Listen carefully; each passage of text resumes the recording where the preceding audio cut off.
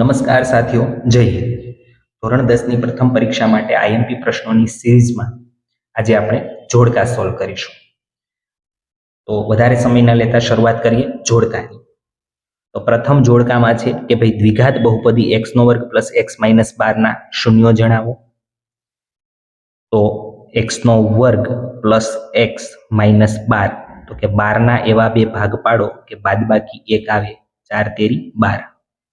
પહેલું પદ અને છેલ્લું પદ એમનેમ રાખવાનું છે. મોટું પદ પહેલા લખવાનું છે અને નાનું પદ પછી લખવાનું છે. મધ્યમ પદની નિશાની મોટા પદને આવે અને બંને નિશાનીનો ગુણાકાર નાના પદને આવે. પહેલા બંનેમાંથી કોમન શું નીકળે છે? તો કે x. બીજા બે પદમાંથી કોમન શું નીકળે છે? -3. એટલે એક વખત થયું x - 3 અને બીજી વખત થયું x + 4. હવે શૂન્યો શોધવા છે એટલે બરાબર શું લઈ લેવાનું છે? 0. તો અહીંથી તમે x - 3 બરાબર 0 લ્યો અને x ને કરતા બનાવો તો x ની કિંમત કેટલી મળવાની છે? 3. અને x + 4 બરાબર 0 લ્યો અને x ને કરતા બનાવો તો x ની કિંમત કેટલી મળવાની છે? -4. તો 3 અને -4 એ બહુપદીના બે શૂન્યો છે. 3 અને -4 એટલે પહેલાની અંદર જવાબ આવશે ઓપ્શન બી. બીજું કે જો x - 3 બહુપદી p of x નો અવયવ હોય, આપણે આવું ભણી ગયા કે જો x + 1 અવયવ હોય તો x 0 - 1 થાય.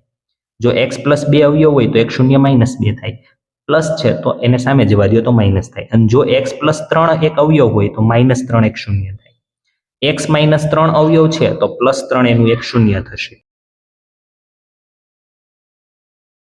ત્યાર પછી બીજું જોડકું જોઈએ કે બે અંકોનો સરવાળો 8 હોય. બે પાસાને ઉછાળવાના છે. તો બે પાસા ઉછાળો એટલે પરિણામો 1 1 1 2 આ રીતે આપણને મળતા હોય છે. 1 5 અને 1 6 આવી રીતે. તો સરવાળો 8 થાય એવા ટોટલ પરિણામ 36 હોય. આ તો ખબર પડી ગઈ આપણને. પણ સરવાળો 8 થાય એવું પહેલું પરિણામ આવશે 2 6. બીજું પરિણામ આવશે 3 5. ત્રીજું પરિણામ આવશે 4 4. ત્યાર પછીનું પરિણામ શું આવશે? ત્યાર પછીનું પરિણામ આવશે 5 3. ત્યાર પછીનું પરિણામ 6 2. તો આટલા પરિણામ આવશે 1 2 3 4 અને 5. તો બે અંકોનો સરવાળો 8 હોય તો સાનુકૂળ પરિણામ 5 થશે અને કુલ પરિણામ 36 થશે. તો જવાબ આવશે 5/36. બે અંકોનો સરવાળો 13 હોય, છેલ્લું પરિણામ 6 6 હોય અને 6 ને 6 12 થાય. સરવાળો 13 કોઈ દિવસ ન થાય, અશક્ય ઘટના છે, 0 સંભવ. નેક્સ્ટ, આલ્ફા પ્લસ બીટાનું સૂત્ર સિંગલ સિંગલ છે એટલે બીના છેદમાં એ આવે, a પ્લસ બી માઇનસ એટલે માઇનસ બીના છેદમાં એ.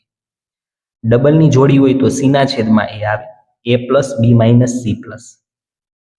ત્યાર પછી 52 પત્તાની થોકડીમાંથી એક પત્તાને ખેંચવાનું છે અને એ પત્તું એકો ન હોય તેની સંભાવના કેટલી છે? એકો ન હોવો જોઈએ મિત્રો.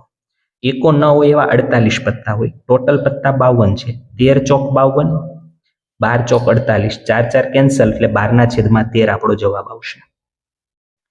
એકો હોય તે ઘટનાની સંભાવના એકા કેટલા હોય? 4. કુલ પરિણામ કેટલા છે? 52. 13 ચોક 52, 4 4 કેન્સલ એટલે 1/13 જવાબ આવશે. ત્યાર પછી 7x + 5 નું શૂન્ય શોધવાનું છે. તો 7x + 5 નું શૂન્ય શોધવું છે તેના બરાબર શું લઈ લેશું? 0. +5 સામે જાય તો શું થશે? -5. અને x ને સૂત્રનો કરતા બનાવીએ તો -5/7. નેક્સ્ટ, શૂન્યનો સરવાળો. શૂન્યના સરવાળાનું સૂત્ર શું છે? આલ્ફા પ્લસ બીટાનું સૂત્ર. તો કે -b/a. માઇનસ સૂત્રનો બીની કિંમત પાછી પોતે માઇનસ છે અને એની કિંમત 1 છે. માઇનસ માઇનસ કેન્સલ એટલે 2 જવાબ 2/1 એટલે 2 કહેવાય. તો આનો જવાબ આવશે ઓપ્શન એ. ત્યાર પછીનો પ્રશ્ન જોઈએ કે સિક્કાને એક વખત ઉછાળતા છાપ મળવાની સંભાવના. સિક્કાને એક વખત ઉછાળો તો કાં છાપ મળે કાં કાંટ મળે. ટોટલ પરિણામ 2. એમાંથી છાપ વાળું પરિણામ 1 જ છે એટલે જવાબ આવશે 1/2. પાસાને એક વખત ફેંકવામાં આવે અને વિભાજ્ય સંખ્યા મળવાની સંભાવના. મિત્રો, જ્યારે પાસાને એક વખત ફેંકો છો ત્યારે 1 2 3 4 5 6 ટોટલ પરિણામ 6 થાય. એમાંથી વિભાજ્ય કયા છે? 6 અને 4. એકને તમારે વિભાજ્યમાંય નહીં ગણવાનું, અવિભાજ્યમાંય નહીં ગણવાનું. બરોબર?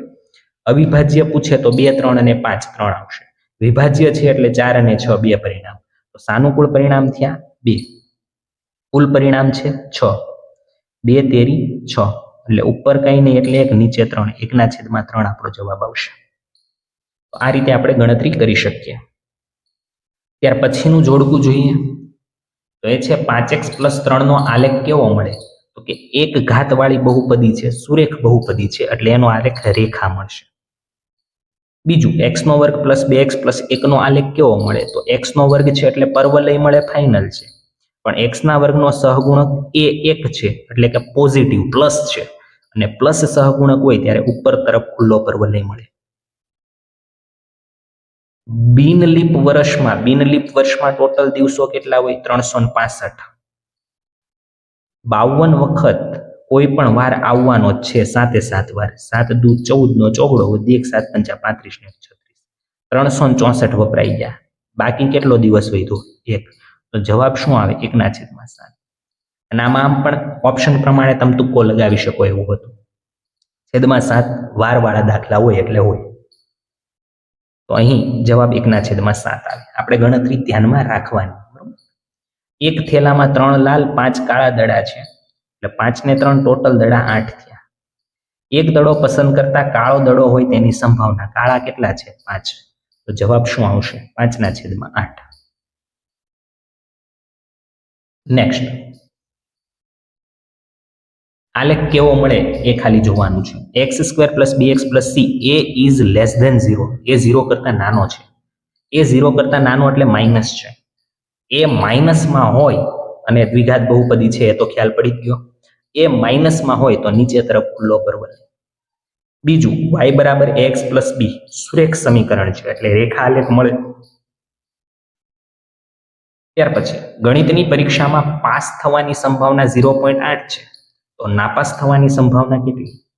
પાસ થવાની નાપાસ થવાની સંભાવનાનો સરવાળો 1 થાય, તો પાસ થવાની 0.8 આપી છે. p ઓફ નાપાસ થવાની સંભાવના આપેલી નથી, અને એ બેનો સરવાળો 1 થાય. 0.8 ને સામે જવા દો, 1 - 0.8. 1 માંથી 0.8 જાય એટલે કેટલા વધે? તો કે 0.2 વધે. કેટલા વધશે? 0.2. તો નાપાસ થવાની સંભાવના 0.2 આવશે. બે સિક્કાને એક સાથે ઉછાળવામાં આવે ને વધુમાં વધુ 2 સિક્કા એક સાથે, તો કુલ પરિણામ 2² 4 મળે. HH, HT, TH અને TT.